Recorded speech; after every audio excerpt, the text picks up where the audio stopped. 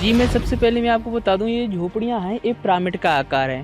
Pyramid का एक बहुत बड़ा महत्व होता है कि यहाँ इसके नीचे जो भी बैठता है उनका मन एकाग्र होता है। और जो प्राचीन सभ्यता है, ये गुरुकुल का जो मेन महत्व है, जो गुरुकुल का मेन उद्देश्य है वो प्राचीन सभ्यता को चल कर के आगे बढ़ाना है।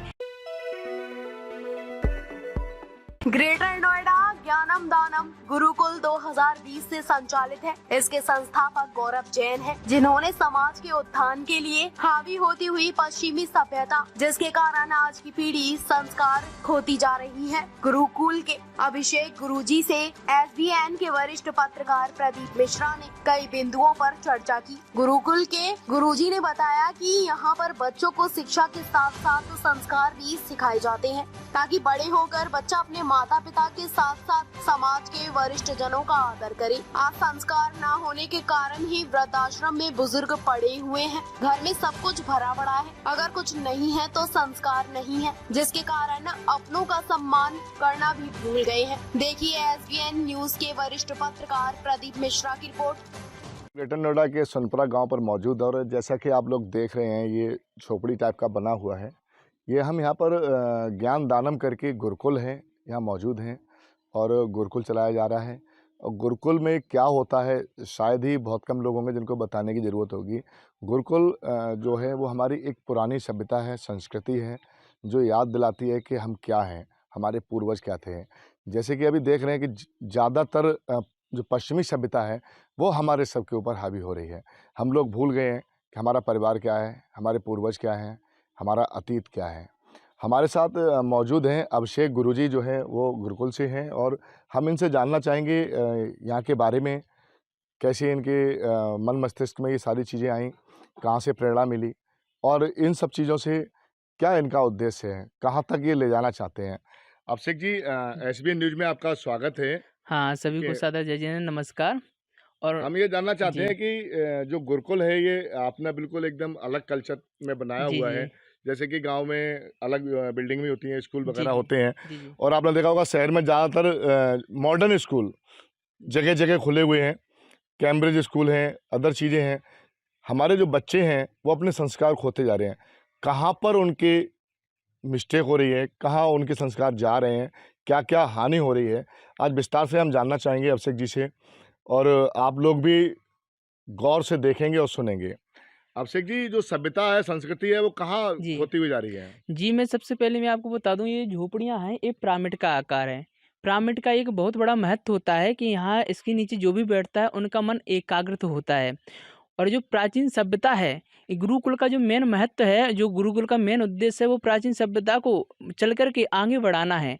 इसमें क्या हो रहा है, अभी कई स्कूल बड़े-बड़े जो स्कूल हैं उसमें जो संस्कार विहीन बच्चे हो रहे हैं, माता-पिता की बात नहीं मानते हैं, बड़ों का आदर सम्मान नहीं करते हैं, जो ये गलत है। तो ज्ञानदानम गुरुकुल का जो मेन उद्देश्य है निःशुल्क शिक्षा देना। तो सभी को निःशुल्क शिक्षा दी जाती है, स्टेशनरी आदि, ये हमारा समाज समस्त टीचर स्टाफ है जो इनमें सहयोगी प्रदान कर रहे हैं, और सब लोग मतलब कर्मठता के साथ इनको प्रदान कर रहे हैं। और मेन उद्देश्य है कि संस्कार विहीन बच्चे ना हो और माता पिता की बात मान करके हर क्षेत्र में आगे बढ़ाया जाए।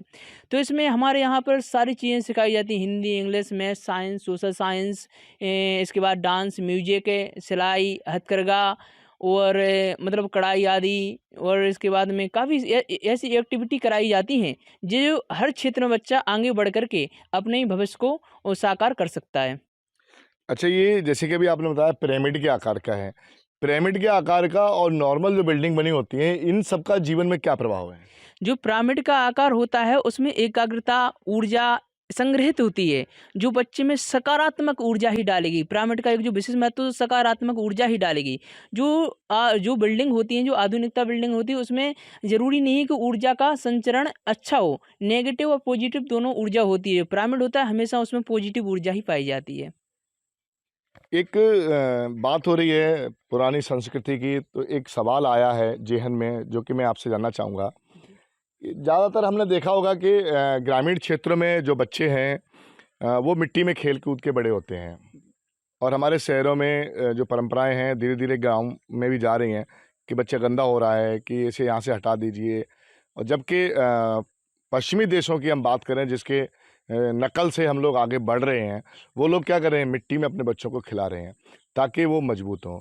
क्या ये सच है? मिट्टी जीवन में कितनी महत्वपूर्ण है और कहाँ-कहाँ इसकी भूमिका है? जी, मैं अगर इसको साबित करूँ तो एक नॉर्मल सी बात है, आप मिट्टी से ही बने हैं।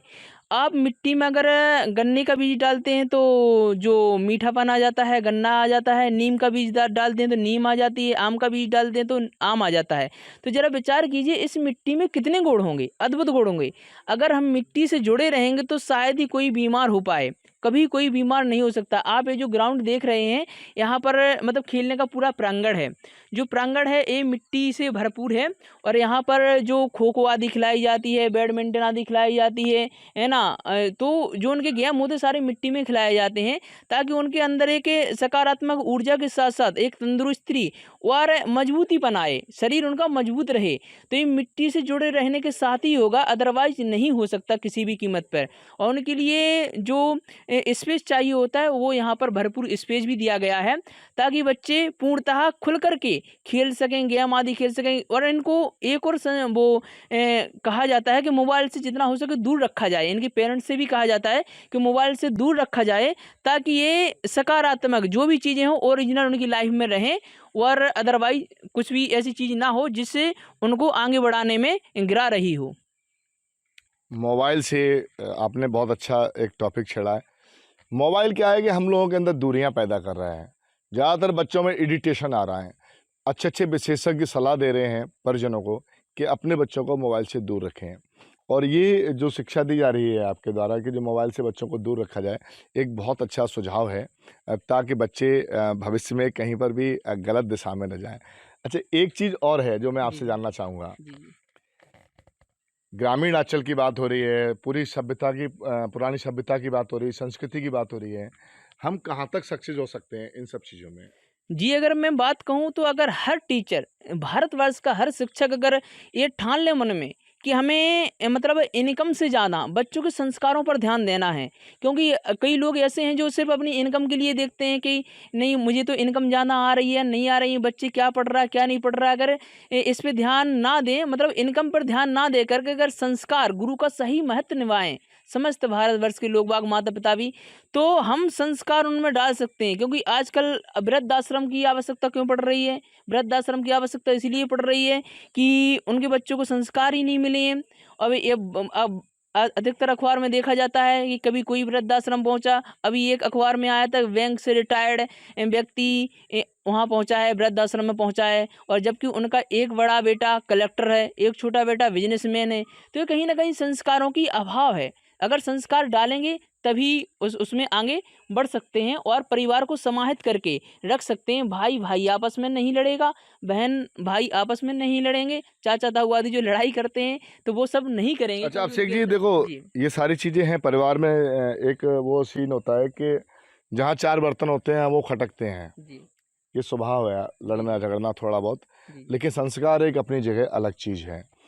संस्कार हम खोते जा रहे हैं और अक्सर करके देखा होगा कि गांव में अगर हम किसी भी अपने से बड़े से मिलते हैं तो उसके पैर छूते हैं। पैर छूने का भी एक अपना एक महत्व होता है। पैर छूने का महत्व क्या होता है कि जो पैर के अंगूठा होता है उसके अंदर तेज होता है। आजकल क्या देखा है कि घुटने, घुटने से अब कमर, पैर छूने जाएंगे कमर तक लचेंगे, हल्का सा हाथ जाएगा बस पैर छूना हो गया। तो कहाँ से मिलेगा तेज, कहाँ से मिलेगा आशीर्वाद? बहुत सारी चीज़ें हैं और ज़रूरत है एक दूसरे को जागरूक करने की, ना कि हम नकलची बन के एक दूसरे के पीछे दौड़ें। क्योंकि जितना हम पीछे दौड़ेंगे उसका नतीजा विश्व महामारी से गुजरा है। आज तक के इतिहास में किसी ने भी जो पीढ़ी गुजर गई है या जो गुजरने वाली है या गुजरेगी, शायद ही नहीं होगा कि पूरा विश्व बंद हो गया था, ताले में बंद हो गया था, लॉकडाउन हो गया था, किसको नहीं मालूम। जी, इतनी बड़ी महामारी से गुजरा, उसका कारण क्या था? कहीं ना कहीं हम सबकी लापरवाही। आज हम लोग जो है अलग अलग बीमारियों को आमंत्रण दे रहे हैं। जीवन में हर किसी का अपना एक महत्व होता है, हर चीज़ का महत्व होता है। शिक्षा का महत्व है, संस्कारों का महत्व है, सभ्यता का महत्व है और प्रेम का भी महत्व है। क्योंकि अगर कहीं पर कोई भी चीज़ अगर कम होगी तो समझ लीजिए जीवन में उसका अभाव हो गया और कहीं ना कहीं वो आपके जीवन पर इफ़ेक्ट करना ही करना है। उसमें कहीं पर भी आप ये मत सोचिए कि हमने सभ्यता खो दी है तो हम बहुत बड़े आदमी हो गए और हमारे आगे सब झुकेंगे।